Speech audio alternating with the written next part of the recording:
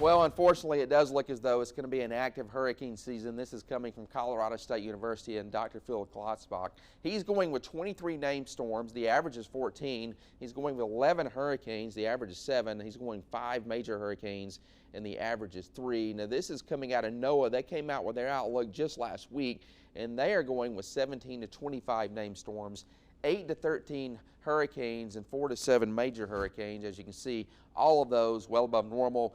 Just about every forecaster is going with an above normal season. This is why, because we're losing El Nino. El Nino is actually good during hurricane season because it causes a lot of wind shear across the Atlantic, and we've always probably heard us talk about a lot that when a tropical system or a hurricane, when it's moving toward wind shear, that means it's probably going to weaken, as that wind shear really disrupts the wind flow inside of a hurricane. So we love El Nino during hurricane season, and we had that last year and the year before, and that's why it was pretty quiet. Unfortunately, that will be changing. So here's what it looks like as we take a look at what's going on with the El Nino and La Nina years going back to 1990. Kind of hard to see some of these numbers, but I'll show these to you.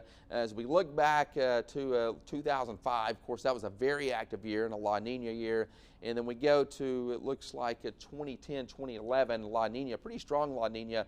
Now, no one really remembers those two seasons, but believe it or not, both of those ranked in the top 5 of most active hurricane seasons, but no one remembers because there was not one landfalling hurricane across the United States in those years. So even though we're forecasting an active season, it doesn't mean we're going to see a lot of active or landfalling hurricanes. They may all stay out in the Atlantic, and we hope that's the case this year. In the 2015-2016, a strong El Nino year there. Both of those years, pretty strong El Nino. And those years, we didn't have a lot of activity. Then we go to 2021. Of course, we know Laura hit in 2020, Ida hit in 2021. Very active years there. So you can see how active hurricane seasons kind of correlate with La Nina. And then last year and the year before, we have we had a pretty strong El Nino there, so it wasn't that active. But that is coming down, and here's the actual forecast as we head toward the peak of hurricane season. Most of the models have us in La Nina, August, September, October. Right there, you can see this dark black line. That's the neutral phase, and just below that is La Nina, and you can see most of the models do have us that in the peak of hurricane season. But like I said, it doesn't mean we're going to see a lot of landfalling hurricanes. It just means it's going to be active out in the Atlantic and maybe the Gulf of Mexico. Think back to 1992, Hurricane Andrew. A lot of folks remember that year, but really that was not an active hurricane season.